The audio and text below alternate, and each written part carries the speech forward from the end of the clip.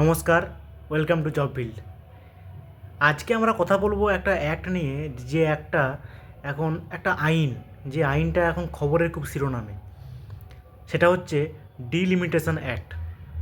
আমরা অনেকেই এখন খবরে শুনতে পাচ্ছি যে কেন্দ্র সরকার চাইছে যে লোকসভার যে সিট আমাদের, সেটা 545টা আছে। তো এখন ওনারা চাইছেন যে আরও বাড়িয়ে যদি 700 থেকে 800 করা যায় তাহলে খুব ভালো হয়। কিন্তু কেন ভালো হয় এবং কেন্দ্র সরকার কেন চাইছে এটা, তার সঙ্গে এই ডিলিমিটেশন অ্যাক্ট কীভাবে জড়িয়ে আছে সেটাই আজ জানবো আমরা। ডিলিমিটেশন অ্যাক্ট যদি সহজ কথায় বলতে পারি, যে এটা হচ্ছে আমাদের যে লোকসভা, বিধানসভা, কী হয়, লোকসভার এলাকাটা একটু বড় হয়, বিধানসভার এলাকা একটু ছোটো হয়। লোকসভার ভোট হচ্ছে যখন আমরা কেন্দ্রতে কোনো সরকার চুজ করি বা কেন্দ্রতে কোনো সরকার আমরা বানাই, তখন আমরা লোকসভার ভোট দিই।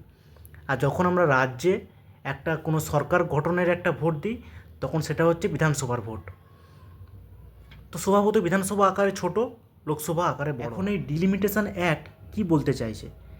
ডিলিমিটেশন অ্যাক্ট বলতে চাইছে যে আমাদের দেশকে লোকসভা এবং বিধানসভায় যে ভাগ করা আছে, প্রত্যেকটা ভোটের সময় যেটা আমরা দেখি, সেই যে তার যে সারাউন্ডিং, তার যে এরিয়া, সেটাকে রিডিফাইন করা, রিড্র করা, আবার নতুন করে তাই এলাকাটাকে একটা নতুন দাগ দেওয়া, যে এই দাগ অবধি এই বিধানসভা, এই দাগ অবধি এই লোকসভা।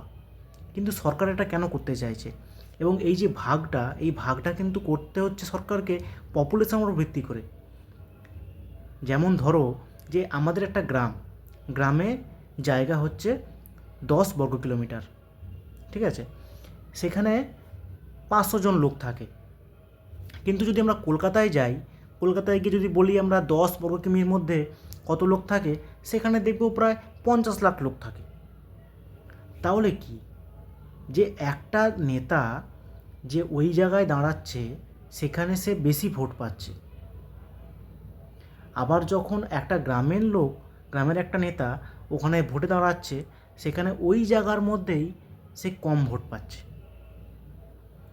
তাই প্রত্যেকটা ভোটের মূল্য যাতে সমান হয়, যে শহরেও সমান ভোটের মূল্য, গ্রামেও সমান ভোটের মূল্য, এই কারণে সরকার আনতে চাইছে ডিলিমিটেশন। সরকার তো এটা এমনি এমনি করতে পারে না।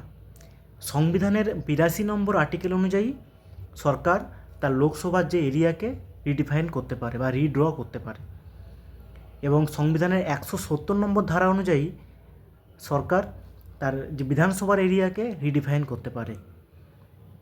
কিন্তু এই ডিলিমিটেশন অ্যাক্টের অবজেক্টিভগুলো কী কী আছে, কী কী কারণে সরকার করতে চাইছে জিনিসটা, সেটাই জান। প্রত্যেক জায়গা থেকে একটা ইকুয়াল রিপ্রেজেন্টেশন, একটা ব্যালেন্স ডেভেলপমেন্ট করার জন্য সরকার এটা করতে চাইছে।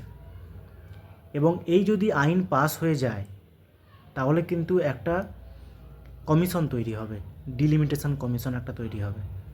সেই কমিশনের সিদ্ধান্তই কিন্তু ফাইনাল, কোর্টে কিন্তু সেটাকে জাজ করা যাবে না, বা কোর্টে তার এগেনস্টে কোনো রকম কথা বলা যাবে না।